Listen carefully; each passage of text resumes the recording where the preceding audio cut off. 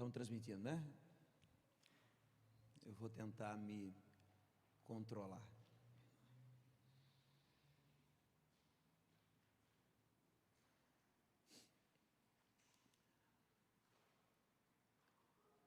Eu sou um ser humano normal como você. Eu tenho minhas crises com Deus, como você. E elas são grandes, não são pequenas, as minhas crises com Deus, como você. Eu tenho dúvidas. E elas são grandes, não são Deus. Pequenas, as minhas crises com Deus. Nem sempre Ele me responde. E como ser humano, ainda ontem eu e minha esposa, nós estávamos conversando à noite a respeito do momento que nós vivemos, da pandemia, de todas as dificuldades. E uma coisa que bate bastante forte é que eu não conheço ninguém na face da terra que Deus avisou que isso ia acontecer. Eu não conheço.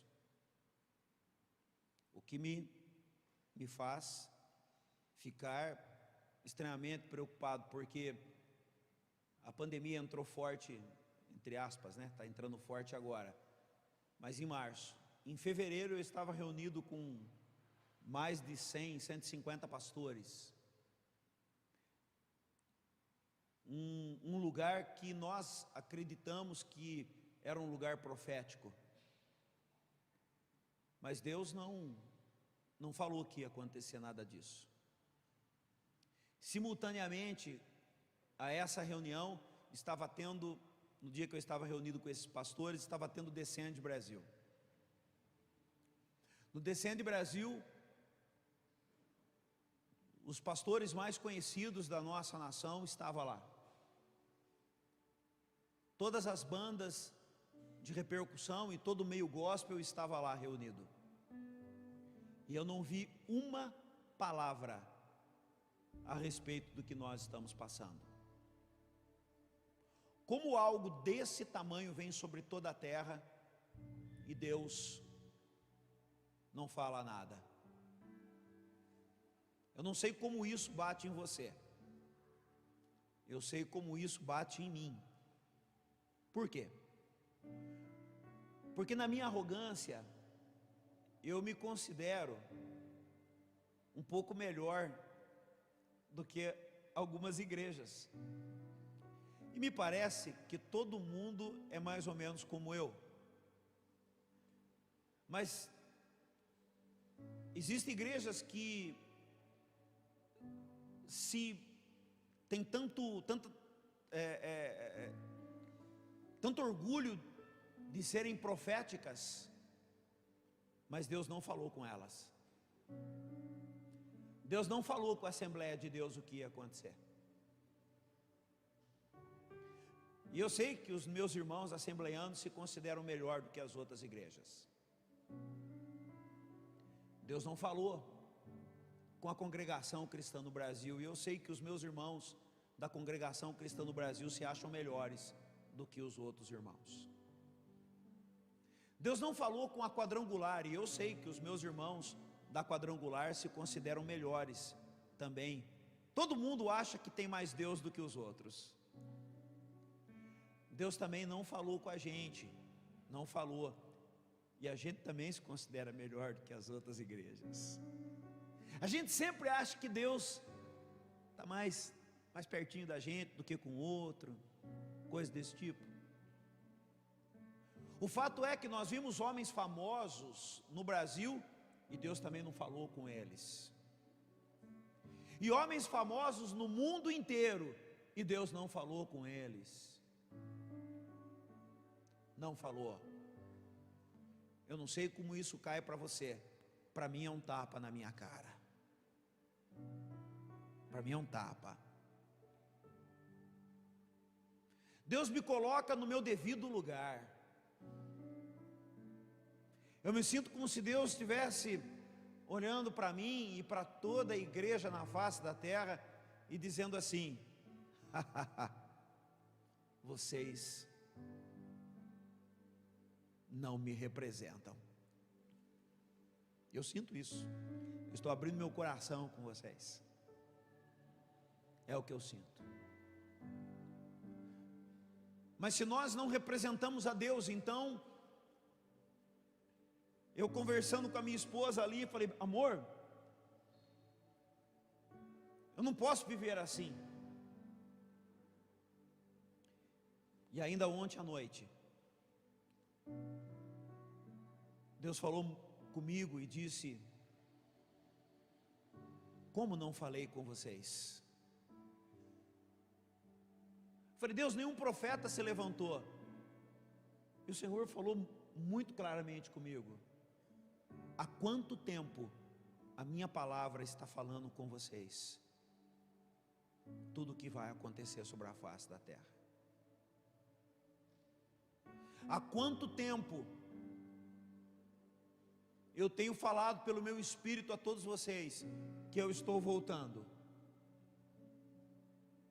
E a minha palavra diz o tempo todo: preparai, estai atento, vigilante. Pestes, pragas, dores, terremotos, a minha palavra está falando o tempo todo com vocês, e vocês não ouviram? Você quer ouvir um profeta? E aí, amados, Deus me mostrou algumas situações bíblicas que eu não tinha entendido até então, não tão plenamente. Elias faz um desafio para os profetas de Baal, e no desafio que Elias faz, após vencer esse desafio, ele olha para o céu e diz: eu vejo uma pequena nuvem do tamanho da mão de um homem. Então Elias manda avisar a Acabe e diz assim: avisa a Acabe que vai chover. Vai chover. Ele não disse o dia, ele não disse a hora que ia chover, ele não disse a quantidade de chuva que iria cair, mas ele disse: vai cair chuva. Deus não nos deu detalhes de que ordem as coisas aconteceriam, mas Ele disse: vai acontecer. E se Deus não conseguiu falar com a igreja na face da terra, é porque nesse exato momento a igreja não está conseguindo representar a voz de Deus. E isso me faz pensar: o que nós precisamos mudar, ser, fazer, crer, para voltarmos a representar a voz de Deus. Então eu quero explicar para você aqui nessa noite aquilo que Deus explicou para mim, aquilo que eu creio que ouvi do Senhor, a bondade de Deus. A minha expectativa é que você, ao sair daqui nessa noite, e aos irmãos que estão assistindo,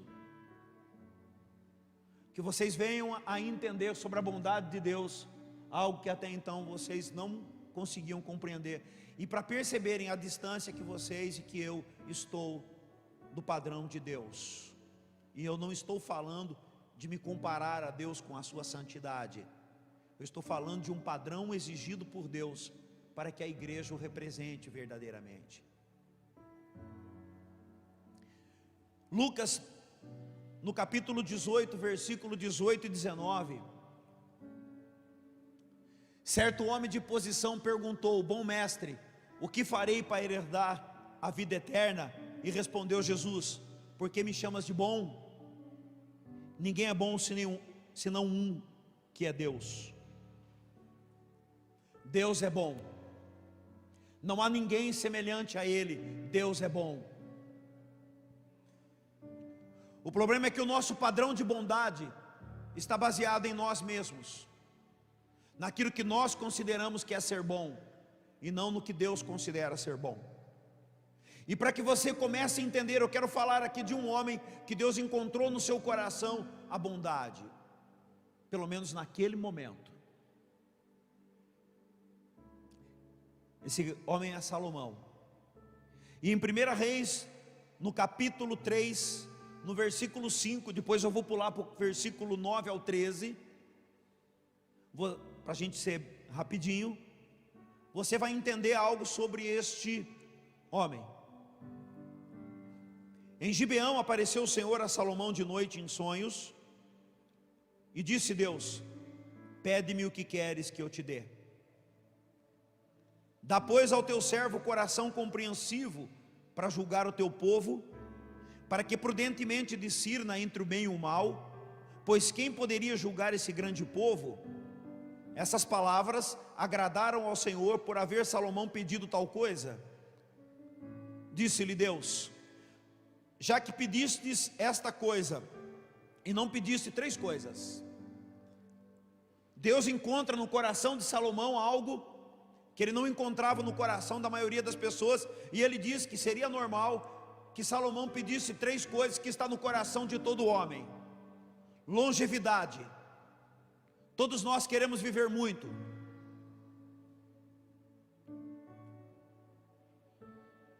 Riqueza e a morte dos inimigos.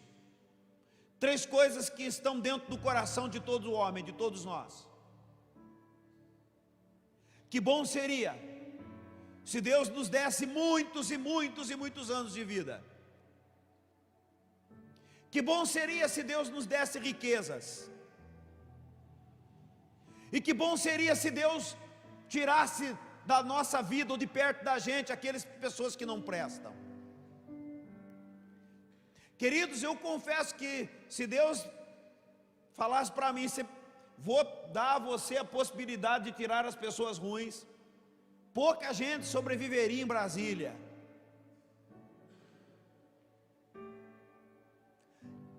Eu não vou nem me prolongar nisso,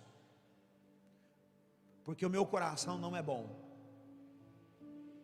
Quando eu vejo o mal que aqueles homens estão fazendo para a nossa nação, o quanto tiram do pobre, o quanto as pessoas estão morrendo por causa deles, o que gera no meu coração não é algo bom. E Deus entende isso e falou: Salomão, você não pediu longevidade, riqueza e nem que as pessoas ruins morressem. Você não pediu isso. Então ele diz: pediste entendimento para discernires o que é justo, eis que faço segundo as tuas palavras, dou-te coração sábio e inteligente, de maneira que antes de ti não houve igual a você, e nem depois haverá. Também até o que você não pediu eu te dou, eu te darei riquezas e glória, e não haverá igual a você entre os reis, por todos os dias que você viver. Queridos, ele não pediu riqueza. Talvez você, como algumas pessoas já me questionaram, se Deus existe, se Deus é bom, porque tantas pessoas não têm o que comer, ou porque tantas pessoas estão em miséria? Eu quero colocar uma coisa aqui para você, você vai entender. Riqueza só existe se houver pobreza e necessidade. Senão a riqueza não existe. Vamos imaginar aqui agora que eu tenho essa capacidade de colocar 20 milhões na conta de cada um de vocês. 20 milhões na sua conta, Denilson. O que você vai fazer amanhã cedo? Você vai trabalhar, Denilson, amanhã cedo? Não vai?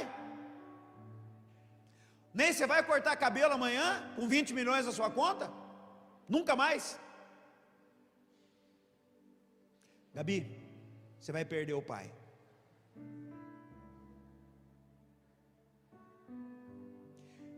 Agora imagina você o que vai acontecer com aquele cara que planta arroz e feijão, se eu colocar 20 milhões na conta dele amanhã. Você está achando que ele vai acordar amanhã cedo para plantar? Você acha que o cara que tira leite vai acordar de madrugada. Eu fui no sítio dos tios do Denilson, e eu vi, porque eu acordo facinho de madrugada, com qualquer barulho, e eu vi os tios deles acordando naquele dia 3 horas da manhã, para ver se as galinhas não estavam com frio. E ali eles acordaram e não mais dormiram. Se eu der 20 milhões para eles, vão querer saber se a galinha está com frio, para que você coma carne de galinha. Se Deus desse 20 milhões para cada pessoa na face da terra, em pouco tempo todos nós morreríamos de fome. Então você começa a ver a sabedoria e a bondade de Deus em coisas que até então você não via. Para manter a sua vida, Deus faz com que haja riqueza e pobreza na terra, e para Ele isso nunca foi problema, porque Ele diz: você que tem riqueza, você precisa ter um coração bom que nem o meu, para que o pobre tenha também o que comer.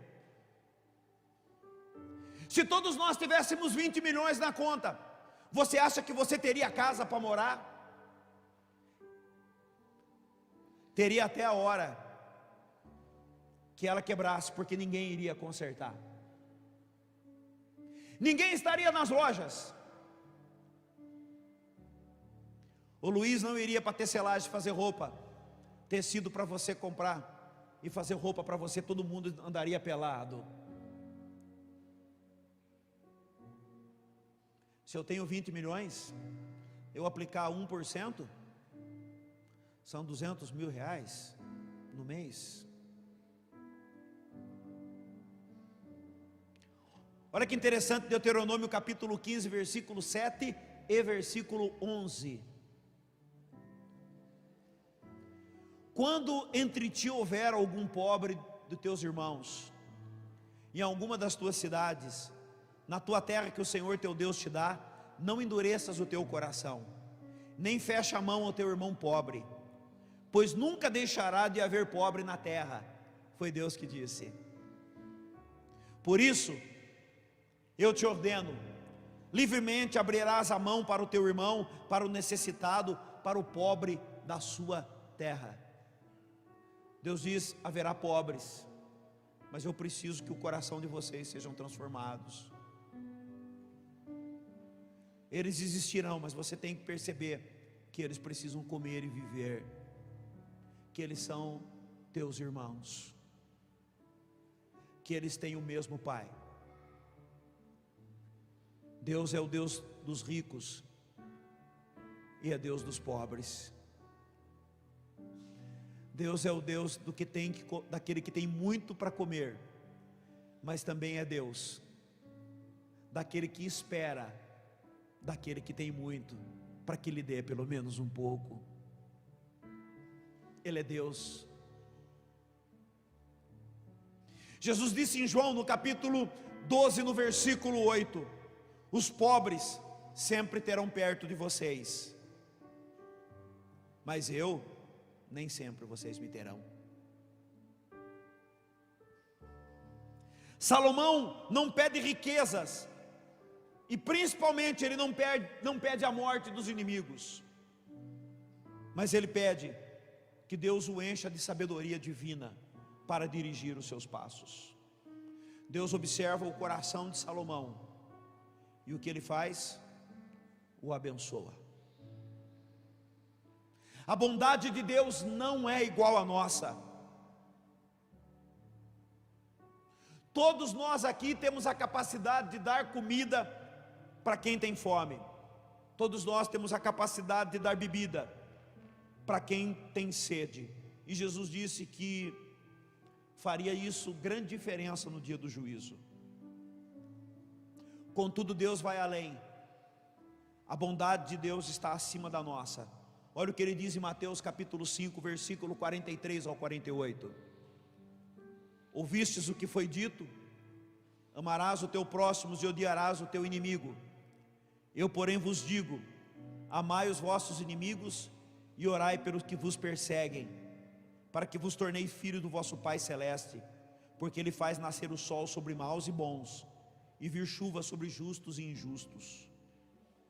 Porque se vocês amarem só os que vos amam, que recompensa vocês têm? Não fazem os religiosos e os cobradores de impostos a mesma coisa? Se vocês saudarem somente os seus irmãos, o que fazeis demais? Não fazem os gentios, os que não conhecem a Deus, também o mesmo? Portanto, o que eu peço para vocês é que vocês sejam perfeitos, como perfeito é o vosso Pai Celeste. A perfeição está na bondade. Deus é bom, e a bondade dele é derramada sobre toda a terra, sobre justos e injustos. Tem uma música, pedi para a Néia, eu gostava muito de cantar, o Michel vai lembrar, quando a gente ia, às vezes eu ia pregar nas igrejas, o Michel ia comigo, e muitas vezes eu gostava de cantar, eu já não faço mais isso, tem gente melhor do que eu, e melhor do que eu e do que a gente que toca aqui, até tem o clipe. Tem uma música do Voz da Verdade, que relata bem a bondade de Deus. O pessoal mais antigo vai conhecer. Essa música chama Coração Valente. E tem uma letra, que eu vou colocar a música aqui agora, e ele fala sobre a bondade de Deus, e ele diz assim, que Deus ama quem não lhe ama, e ajuda quem não lhe pede. A bondade de Deus é tão grande. E antes de pôr a música, eu estava observando um determinado irmão cujo alguém da família pegou o Covid. E ao pegar o Covid, essa pessoa da família tinha algumas doenças pré-estabelecidas, o que faz com que o Covid possa ser fatal. No entanto, esse parente saiu dessa situação e sobreviveu, graças a Deus. Mas conversando com esse irmão, ele disse assim: ah, pastor, como Deus é fiel. Aí eu estava até comentando com o Michel, isso é comum a todos nós, não estou em hipótese alguma dizendo que esse irmão fez algo porque é mal no seu coração, não. Mas eu quero fazer uma pergunta para você. Então Deus é bom? Deus é fiel? Porque alguém que você pediu não morreu? Ou Ele é bom e fiel, ainda que vivamos ou morramos? Ah, Deus, eu orei para o Senhor, e o Senhor curou aquela pessoa. Como o Senhor é fiel. Senhor, eu orei para o Senhor, mas o Senhor recolheu. O Senhor continua sendo bom e fiel.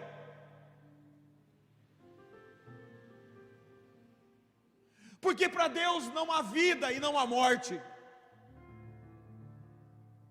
Se você estiver vivo, estiver nesse plano de vida, você só está vivo nele. Mas o dia que você fechar os seus olhos, você continua vivo nele. Tendo corpo ou não tendo corpo, nós vivemos nele, porque nele está a vida. É uma loucura, não há tempo para Deus. Sabe o que significa? Que aquela pessoa que você ama, que já partiu, entrará no céu com você no mesmo tempo. Você entende isso? Quando Jesus diz para o ladrão na cruz: ainda hoje estará comigo no paraíso, como se no paraíso não tem tempo? Deus não habita no tempo, Deus não habita no espaço, Deus habita na vida. Por isso Ele diz: eu vim para que tenham vida e a tenham em abundância. Agora, quando Ele voltar, aqueles que partiram, esses sim ressuscitarão primeiro. Aqui, tempo. ressuscitarão primeiro, e em seguida nós, se estivermos vivos, receberemos um corpo glorificado. Mas em Deus não há tempo, irmãos, é inexplicável, não tente entender. Para Deus não faz diferença. Caim havia matado Abel, Caim estava vivo, mas Abel também estava vivo e clamava pelo Senhor. E Deus chega para Caim e diz: Caim, que deu o teu irmão? Ele fala: eu não sou babá do meu irmão. Ele diz: eu escuto o clamor do teu irmão. O teu irmão clama a mim, Caim. Se Caim estava vivo, Abel mesmo morto estava vivo. Para Deus, a bondade de Deus está acima das coisas que nós julgamos, das coisas que nós pensamos e das coisas que nós queremos.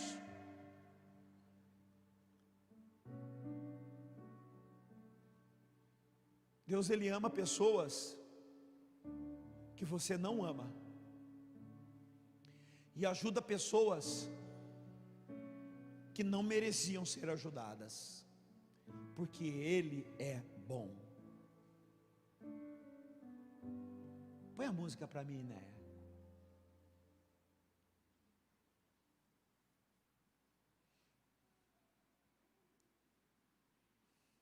Está entrando? De manhã o computador travou. Oi? Eu quero a música, o clipe que eu te mandei. Mandei no seu WhatsApp. Mandei para você e para a Jaque, dá uma olhadinha aí. Eu vou seguindo aqui, você... É isso aí mesmo.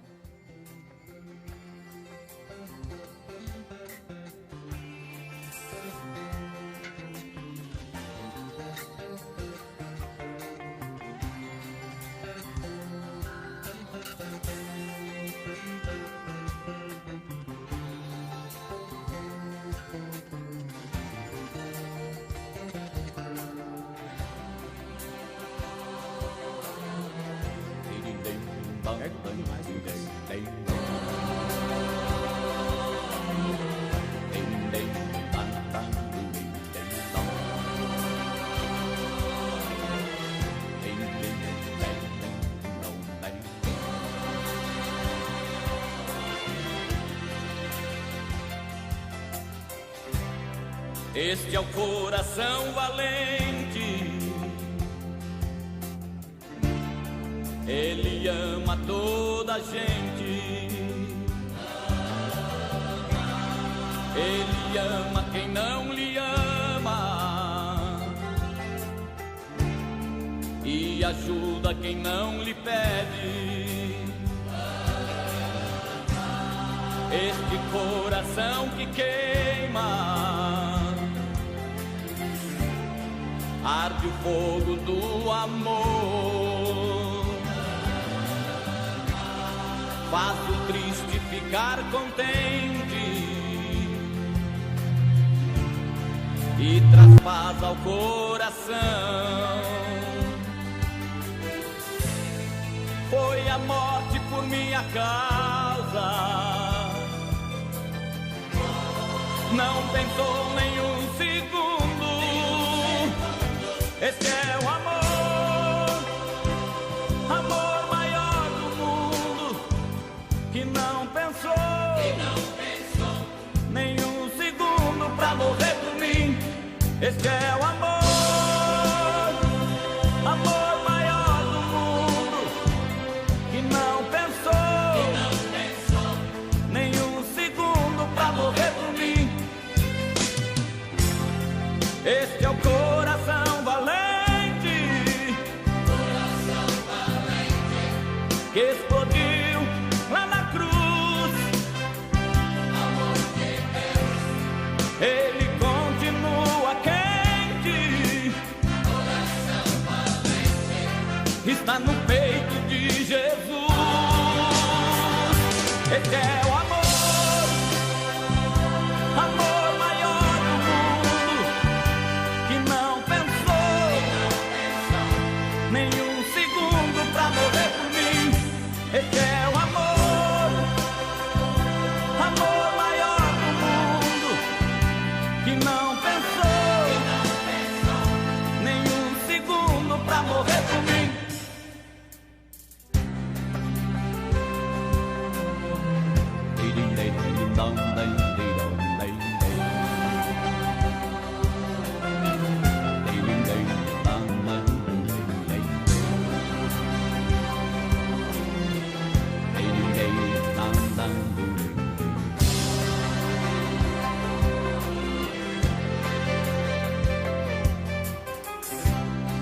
Este é o coração valente, ele ama toda a gente, ele ama quem não lhe ama e ajuda quem não lhe pede. Este coração que queima, arde o fogo do amor, faz o triste ficar contente e traz paz ao coração. Foi a morte por minha causa, não pensou nenhum segundo. Esse é o amor, amor maior do mundo, que não pensou nenhum segundo pra morrer por mim. Este é o amor, amor maior do mundo, que não pensou nenhum segundo pra morrer por mim. Este é o coração valente, que explodiu lá na cruz. Ele continua quente, está no peito de Jesus. Este é o amor, amor maior do mundo, que não pensou nenhum segundo pra morrer por mim. Este é o amor, amor maior do mundo, que não pensou nenhum segundo pra morrer por mim. Ele ama quem não lhe ama, e ele ajuda quem não pede nada para ele.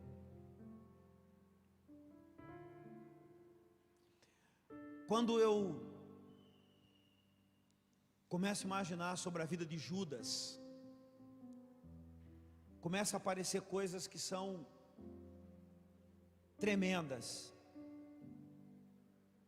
Eu comentei isso aqui na ceia, e agora eu quero ler o texto. João capítulo 13, do 21 ao 30.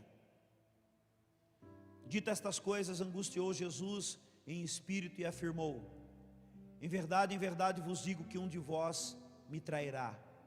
Então os discípulos olharam um para os outros, sem saber a quem ele se referia. Ora, ali estava conchegado a Jesus um dos seus discípulos, aquele a quem ele amava. E fez Simão Pedro sinal, dizendo-lhe: pergunta a quem ele se refere. Então aquele discípulo, reclinando-se sobre o peito de Jesus, perguntou: Senhor, quem é? Respondeu Jesus: é aquele a quem eu der um pedaço de pão molhado no vinho, a ceia. Aquele que eu compartilhar a ceia, é esse que vai me trair. Tomou, pois, um pedaço de pão e molhou ele no vinho e deu a Judas. E após o bocado, imediatamente entrou nele Satanás. Quando entrou Satanás em Judas? Quando ele participava da ceia. E disse Jesus: o que você pretende fazer, faz depressa. Nenhum, porém, dos que estavam à mesa percebeu por que fim lhe dissera isso, pois como Judas era quem trazia a bolsa, pensaram alguns que Jesus lhe dissera: compra o que precisamos para a festa, ou lhe ordena que lhe desse alguma coisa aos pobres. E ele, tendo recebido o bocado, saiu, e era de noite. Quando você lê João capítulo 12, do versículo 3 ao 6, que complementa João capítulo 13, na verdade vem antes, mas para que você tenha uma ideia.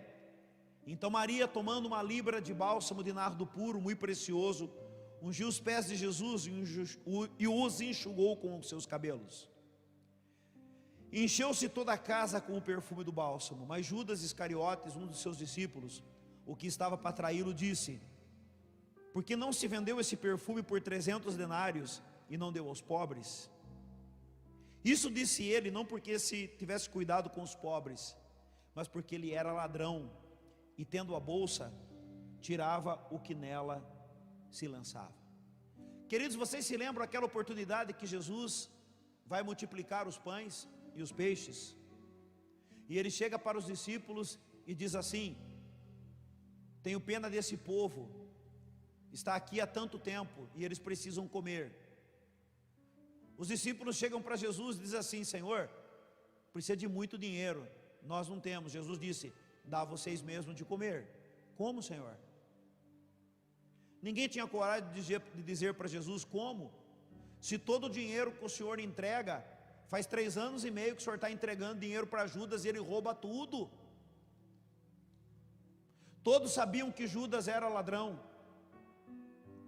E Jesus, em momento algum, tirou o dinheiro da mão de Judas. Sabe por quê? Porque a bondade de Deus é diferente da nossa bondade. Se alguém te roubasse por 3 anos e meio, você provavelmente e eu provavelmente não faríamos o que Jesus fez. A bondade de Jesus é tão grande que permitiu que por 3 anos e meio Judas o roubasse, porque ele deu oportunidade para que Judas se arrependesse até o último minuto.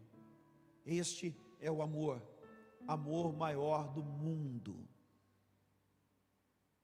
A bondade de Jesus era tão grande que ele tinha uma expectativa que a qualquer momento Judas, apesar de ter uma palavra profética, apesar de Jesus saber que alguém haveria de traí-lo, contudo foi dado a Judas a oportunidade até o último momento de poder mudar de vida.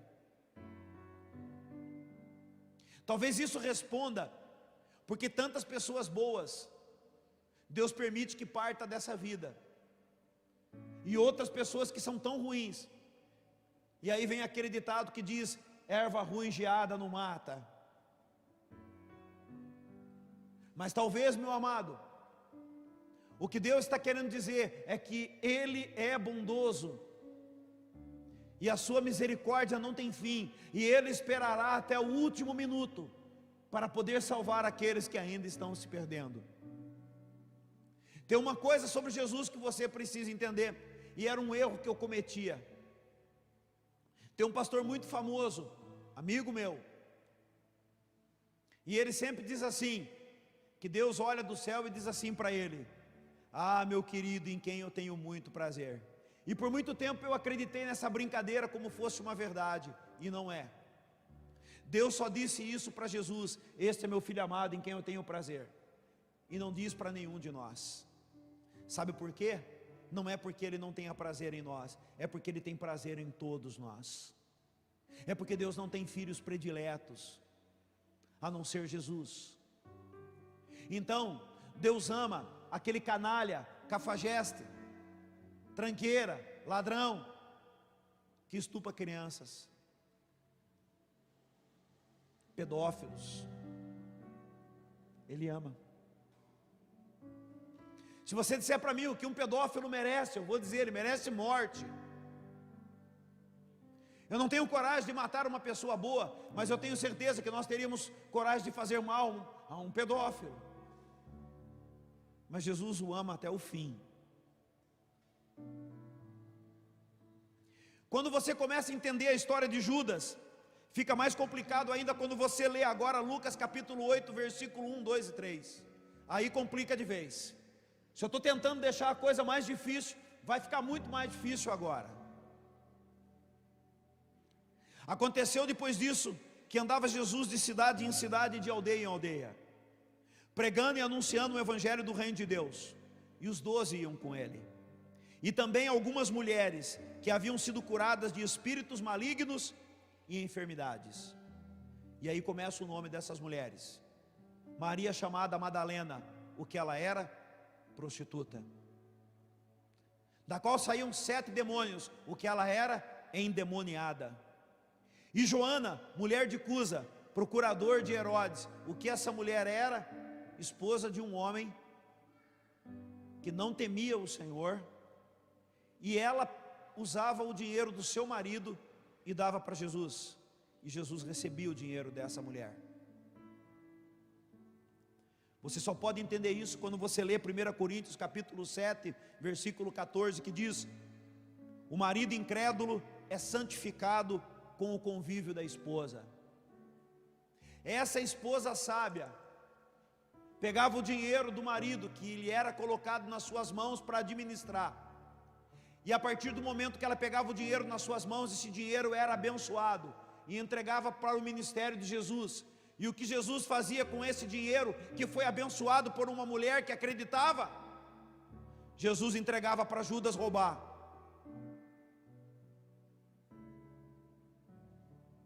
E aí você pergunta, mas por que Jesus fazia isso? E você só vai conseguir entender se você ler Atos capítulo 20, versículo 35. Tenho-vos mostrado em tudo que, trabalhando assim, é necessário socorrer os necessitados e recordar as palavras do próprio Senhor Jesus: mais bem-aventurado é dar do que receber, mais abençoado é quem dá do que quem recebe. Jesus jamais tiraria a bênção dessas mulheres porque Judas estava roubando, porque o amor de Jesus era tão grande a ponto de receber a oferta dessas mulheres, mesmo que elas teriam o dinheiro perdido. Porque a bênção é para aquele que dá, não é para aquele que recebe. Não é abençoado aquele que recebe, é abençoado aquele que dá. Jesus permitia que o dinheiro dessas mulheres fossem desperdiçados em um ladrão, para que elas fossem abençoadas, e para que esse ladrão tivesse oportunidade de arrependimento. A bondade de Deus é diferente da gente. Porque Jesus pegava essas ofertas e entregava para um ladrão por amor, amor maior do mundo. Jesus jamais poderia impedir que essas mulheres fossem abençoadas. O amor de Jesus fez com que ele apostasse em Judas até o último momento. Os pensamentos de Deus não são como os nossos pensamentos. Deus é bom porque a sua essência é boa. Deus é bom e nós somos maus. E porque nós não temos essa essência que Deus encontrou em Salomão, Deus não consegue manifestar a sua vontade através da igreja, porque a igreja não consegue mais ser boa.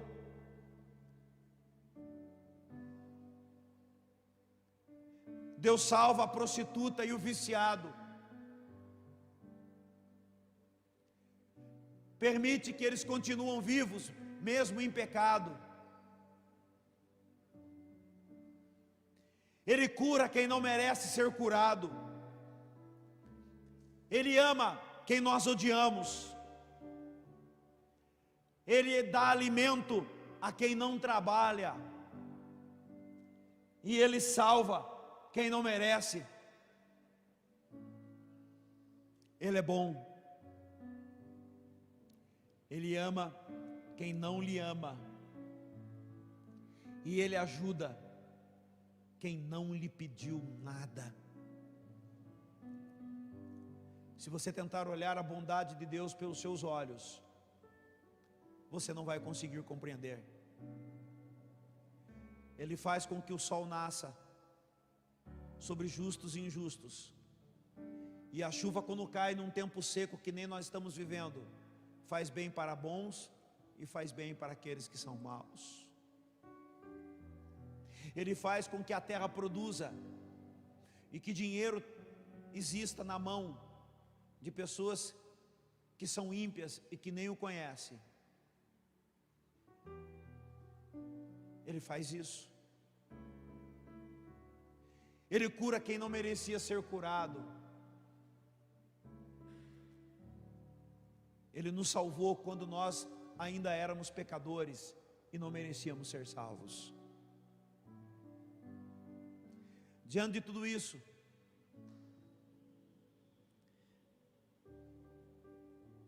uma coisa que eu tenho percebido, que acontece muito na minha vida, e eu quero dizer que essa palavra, ela é muito para mim, muito para mim.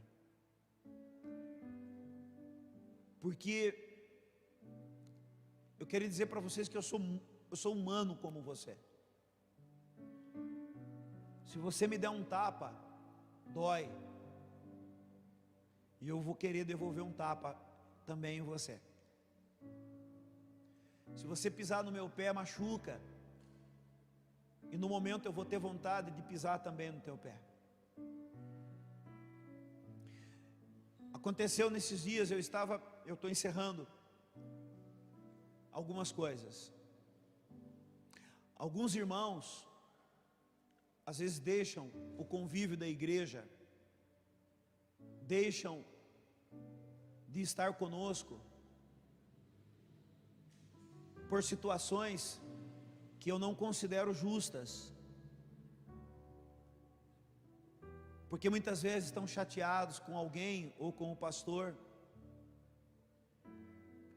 e na verdade eles não têm coragem de assumir que estão distantes de Deus. Essa é a grande verdade. Eles se distanciam de Deus, mas acreditam que estão próximos de Deus. Então eles se distanciam da igreja, eles se distanciam do convívio, e eles se distanciam da comunhão. E nós o que podemos fazer? Nada. Nós ficamos tristes e o coração da gente sangra. Pouco tempo depois eles retornam muitas vezes e chegam até nós. Alguns não retornam. E aconteceu essa semana de um irmão que estava em nosso meio. E era aproximadamente 8 horas da manhã, eu estava preparando para sair de casa, e ele bate na porta e diz: pastor, por favor, me dá um copo d'água. Eu vi quem era, e ali eu abri o portão e comecei a conversar com ele, e disse: pastor, o senhor não precisa abrir, eu não vou entrar, eu só preciso conversar com o senhor. E ali ele começou a falar comigo. Eu disse: querido, aonde você está? Com quem você está andando? Ele disse: com ninguém, pastor. Acabei deixando a igreja e a comunhão, e não estou andando em lugar nenhum, e não tenho, estou só. Eu confesso para os irmãos que a minha vontade foi dizer assim: meu querido, você quis andar só, viva só. Viva só. Essa era a minha vontade. Se é isso que você quer, viva desta forma. Mas na hora essa palavra começou a brilhar nos meus olhos. Ele ama quem não lhe ama, e Ele ajuda quem não lhe pede. E se Deus quer se revelar à igreja, o meu coração precisa mudar, eu preciso transformar. Há um irmão e sua família que estava aqui no nosso meio e não está mais, e ele ligou para mim esses dias e disse: pastor, por favor, ore pela minha família, estamos todos doentes e com muitos sintomas graves de Covid, estão longe daqui. Falei: querido, mas você não está em nenhuma igreja por aí? Não, pastor, por enquanto não estou em lugar nenhum. Só que saiu daqui sem falar tchau. E às vezes o coração da gente fica triste. Por quê? Porque você entende o que é a comunhão, você entende como é importante estarmos juntos. Mas às vezes, amado, as pessoas não entendem isso. Então eu, como humano que sou, a minha vontade é que cada um colha o que plantou. Mas aí vem Deus e diz assim: não, não. Se você quer ser semelhante a mim, você ame quem não te valoriza também. Você cuide de quem não quer você por perto. Você sorria para quem te faz chorar. Você abrace aquele que quer distância de você. É muito difícil, irmãos. Mas essa é a igreja que ouve a voz de Deus. Esta é a igreja que passa por cima.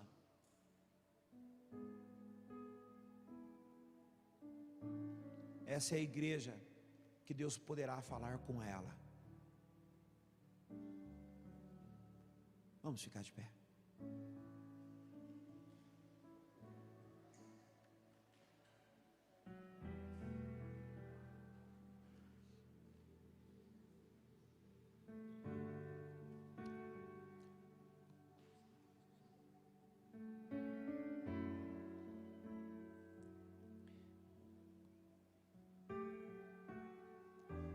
Talvez tenha alguém, meu amado, que você lavou as mãos sobre eles e disse: foi ele que quis, foi ela que quis, ela que desejou. Mas se você quer entender a bondade de Deus, é assim.